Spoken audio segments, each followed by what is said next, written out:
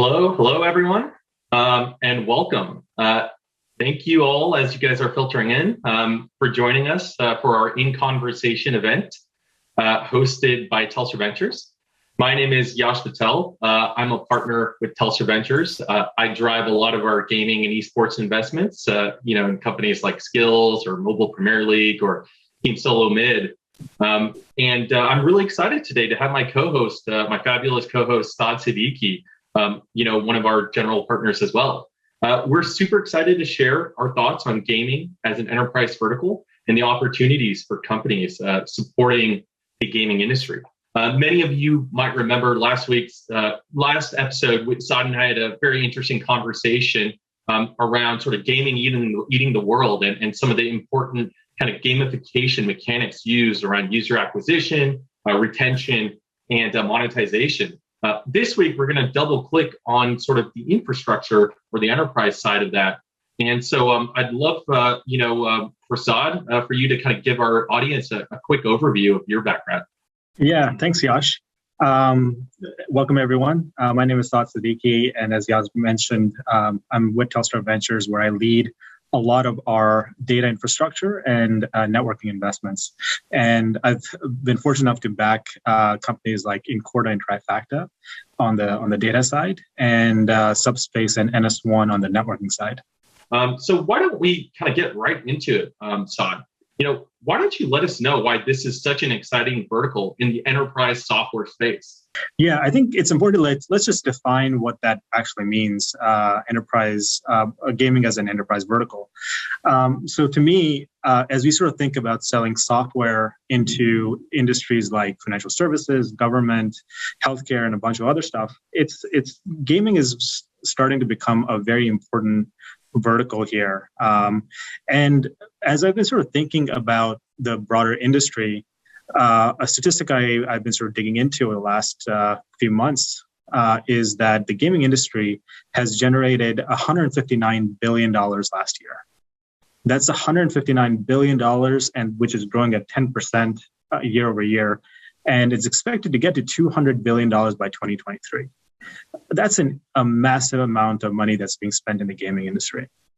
The other interesting thing that we found out through our research is the fact that is probably only under 5% of gamers that are actually being monetized today.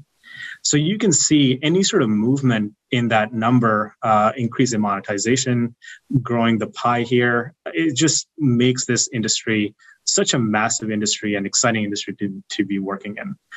And related to that, there's 2.7 billion gamers in the world today that generate about 50 terabytes of data in a day. All this data needs to be moved around and has to be analyzed, which is where we're spending a bunch of time. Yeah, Saad, it's a great point. And it looks like we're really just kind of hitting the tip of the iceberg here in terms of, gaming kind of eating the enterprise world, as all kind of coined it. I'm just sort of thinking, one of our gaming companies in the mobile space, Skillz, has 2.7 million monthly active users, and yet has built a unicorn company.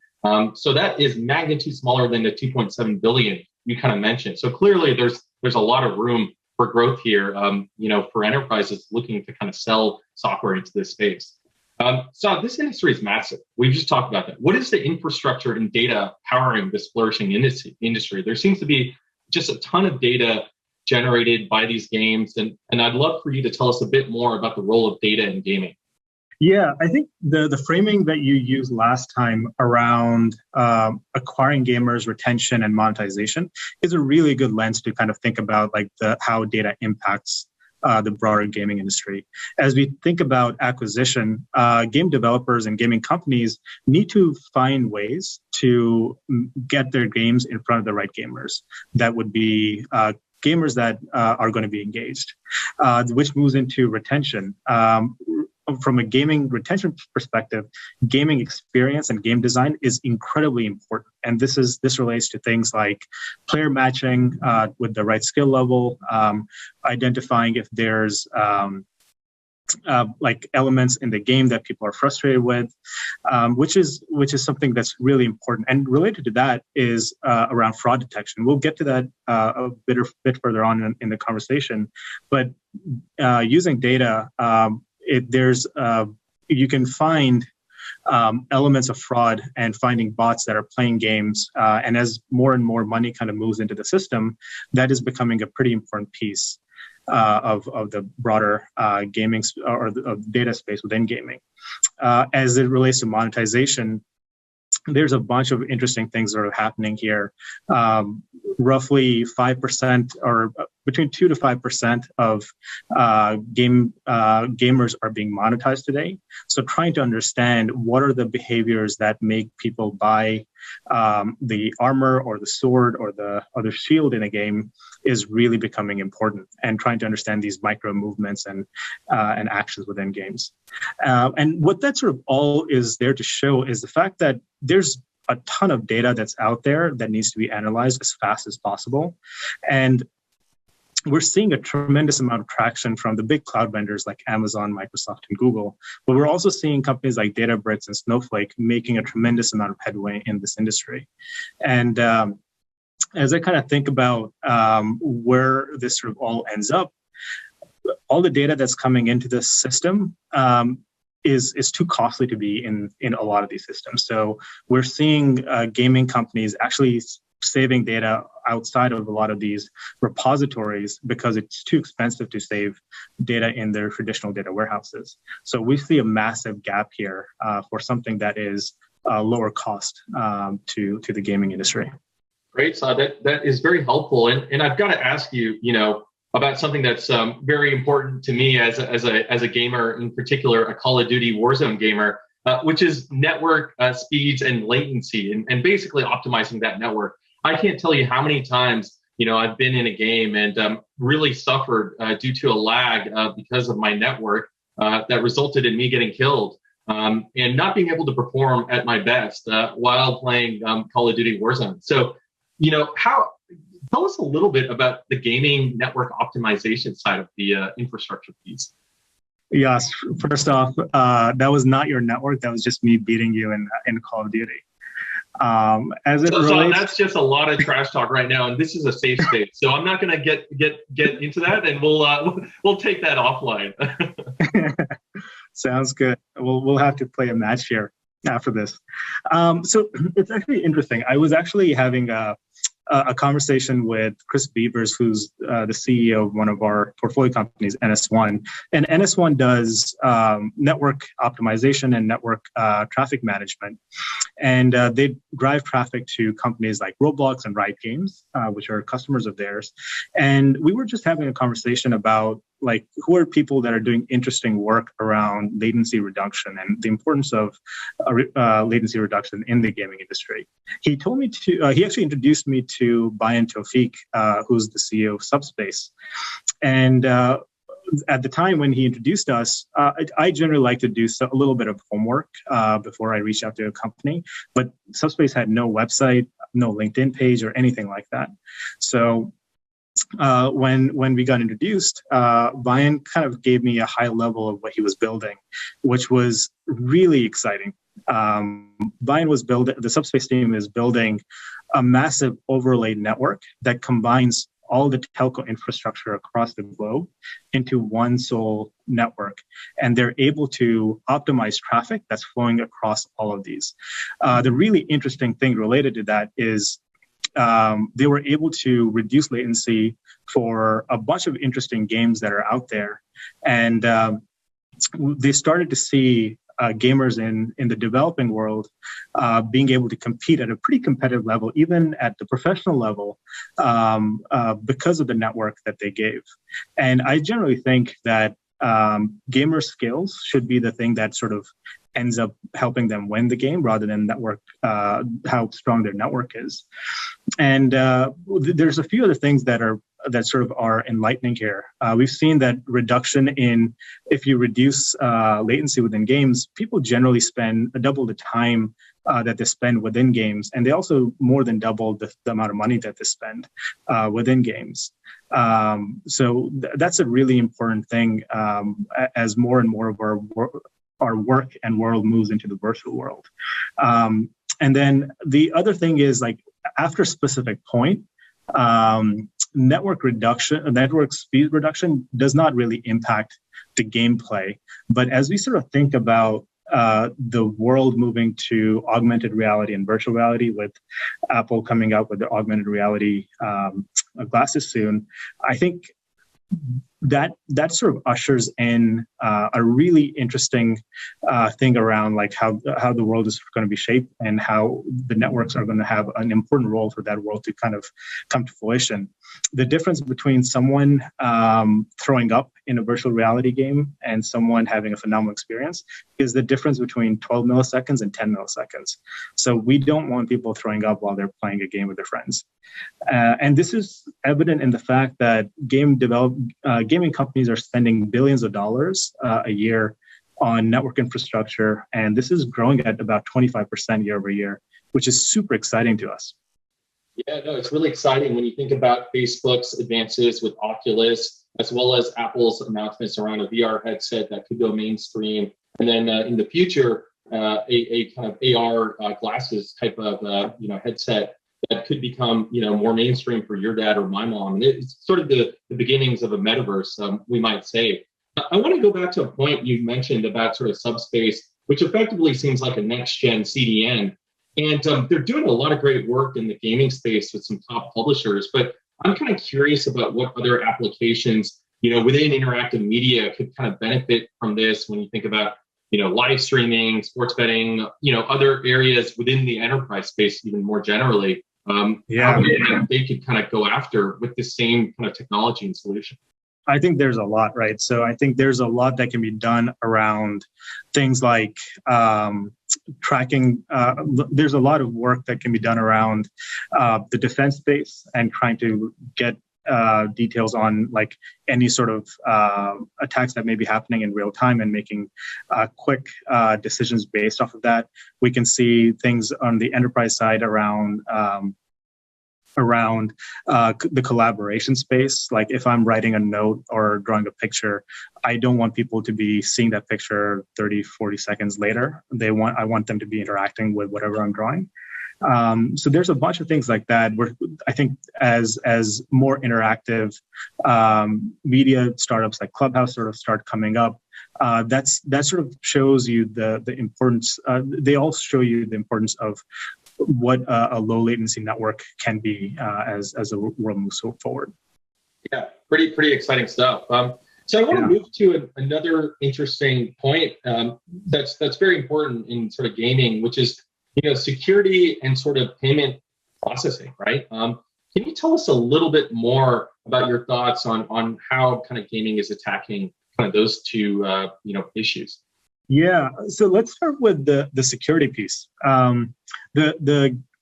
The security infrastructure in gaming is relatively traditional in some ways. Gaming companies generally have a firewall, endpoint protection, like one of our portfolio companies, CrowdStrike, some level of DDoS protections just to make sure that the games are up and running. And the bar from a hack perspective, you kind of think about it, is pretty darn low. You'll get some email addresses.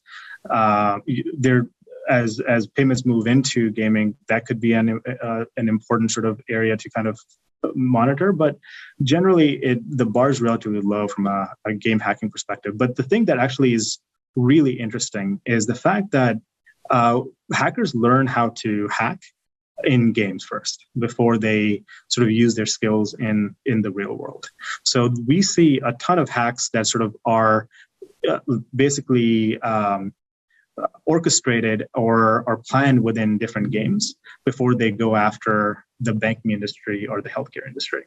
So it's really important for security companies to pay attention to what's sort of happening in the gaming industry so that they can sort of make sure that their products are ready for the hacks that could be coming down the line. And this sort of relates to the fraud industry as well. So as I mentioned before, 1 in every 20 accounts that's created is fraudulent. And as you're buying different equipment or different things within games, it is important to make sure that game developers are able to identify if gamers are buying things from a fraudulent account and not getting swindled from their money. And as it relates to payments, to be honest, the payments industry is a bit of a mess. There are I think in some ways we've sort of solved the credit card side of things. But outside of that, if you kind of think about it from a global perspective, the vast majority of the world is still underbanked and don't have credit cards. So people use gift cards, they use in-store store code pins, and they have mobile wallets. There's no solutions around offer walls or things of that nature around trading. And as we mentioned before, on the mobile side, we have an investment in Skillz, which is just sort of at the tip of the iceberg here. In general, there needs to be a solution that can do all of these things. So if I kind of can sort of paint a picture here, on a global level, there are restrictions around how money can move, how money can enter the virtual world, how like people trade with each other from a government regulatory standpoint. And that becomes incredibly complex as we sort of move into the global world or the global side of things on the gaming side. And so on that front, the things I'm sort of watching are that I'm pretty excited about is how crypto is sort of infiltrating the gaming world. And we're seeing virtual currencies from games like Roblox that came out with or has their currency called Robux. So we're generally really excited about the payment infrastructure that needs to be developed for the gaming world. I think there's a tremendous amount of opportunity here. Yeah, it's really interesting. You bring up some great points. Like Roblox users are mainly like kids aged 6 to 10. They don't have, credit cards or kind of debit cards. So, will there be a next gen Stripe for gaming or Plaid for gaming that emerges that accepts, virtual currency, crypto, NFTs, things that are more kind of native to the space, and then also kind of meet the complex regulatory requirements for each of these jurisdictions and kind of are able to do this in real time and scale? That sounds like, a $1 billion plus kind of company. Definitely. Yeah, I think related to that, we've, based on anecdotal research we've done, we believe that between 30 to 40% of gamers have no way of accessing the gaming content that's out there. So if someone is able to develop something that can sort of onboard these consumers, I think that could be a massive, massive company. Great. And I wanted to shift real quick to, data, going back to what we first talked about and interoperability within these different gaming environments, whether it's Activision Blizzard games or it's a Fortnite or it's, a Roblox. How do you think about, the idea that I can kind of transact with users in other games and, purchase virtual currency or items from other folks, or in other ways, just have more interoperability between these kind of different environments? Yeah, I think this sort of like goes into the conversation we sort of started having last time around persistent identity and how important that is. Generally, people want to play games with their friends, and they generally don't play one game at a time. They're playing multiple games at a time, and they want to bring the stuff that they bought from one game to the other. If I buy a game in League of Legends, I want to bring it to Fortnite, and this sort of is I think a really exciting opportunity around the metaverse. And Yash, I'd love to sort of get your thoughts here as well around like how you sort of see the metaverse developing. But as a vertical, what we're seeing is the big game engines like Epic and Niantic and a bunch of these other guys, they're building their own, call it platform as a service that basically is there to provide some sort of capabilities for developers to start building games on top so that they're able to make an Unreal sword that can be moved from one game to the other, or a Roblox sword that can move within games from one to the other. Yeah, there's definitely a vicious battle in this space, kind of with Unity going after a lot of these more indie and smaller game studios, and then Unreal Engine being kind of the more premium version out there. So it's really fascinating, and persistent identity is absolutely critical to your point to seeing this enabled in the future. That's all really interesting. And then Saad, I'd love to kind of understand, what do you look for as an enterprise investor, more generally, what's sort of the criteria, and is it sort of fashion forward game company logos on the company's customer list, or are there other things that really stick out at you? Yeah, I think you're right. If there's a startup out there that has a couple AAA game titles under their belt, we're super excited to see if we can find a way to help you out. Outside of that, I think the things that we've talked about around, in general, delivering a better experience for the end user around gaming is important. And then also, as you talked about, like providing insights in real time, and then the payment infrastructure, they're all really interesting spaces for us to sort of to sort of help companies out. And kind of companies that are sort of focused on delivering an ROI to their end customer is also incredibly important as it sort of relates to acquire, retain, and monetize. And one of the things that we really pay attention to is unit economics. So we really sort of pay attention to how much does it cost a specific company or startup to build their product and sell their product and deliver an ROI to a customer. So those are some things that we really sort of think about as we look for companies to invest in. Yeah, no, it definitely makes sense. I know we've always talked about kind of long sales cycles with certain kind of game publishers, and that kind of affecting some of these businesses, and sort of how turnkey a solution is for these game developers. So a lot of it is technical, a lot of it is kind of commercial, and so that sort of magic sauce, it sounds like, is really a good combination of unit economics and some really interesting IP that is differentiated out there. So we could keep talking about this all afternoon, but we have a few questions. So maybe let's pause and switch gears.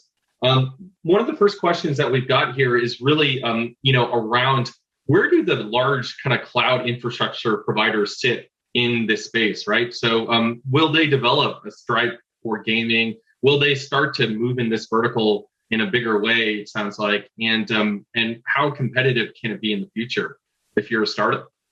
Yeah, I think it's honestly really hard, right? I think it's what I suspect that what the game engines are going to do, like Unity and Epic, they're going to try to become the platform as a service for the gaming industry.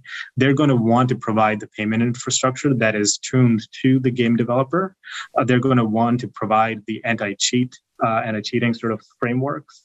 Epic has one of the best cheating teams out there. Discord also has a massive anti-cheat unit as well. So we're actually really excited to sort of see traction by these folks that are trying to build some level of infrastructure capabilities and providing that to the game developer. So I think they're going to try to abstract away the cloud developers from the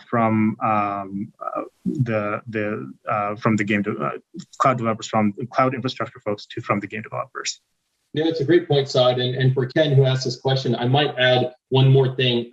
Gaming companies really want to ensure that their vendors are authentic, meaning they truly understand this industry. A great example we have is Amazon. AWS actually launched a Skillz competitor years ago to try to compete with Skillz in sort of the mobile gaming space, to kind of launch sort of this SDK to allow any game developer to monetize through kind of cash prize competitions across different players. And frankly, it didn't do very well. So, even somebody like Amazon can be out executed, and it's important to be authentic when you're kind of selling into game developers. John over here asked about the role of blockchain in kind of gaming, and so I'm curious if you have any thoughts there. Yeah, I think there's a bunch of interesting things as it relates to blockchain. I think the first area that we're sort of seeing blockchain have some level of influence is in the payment space.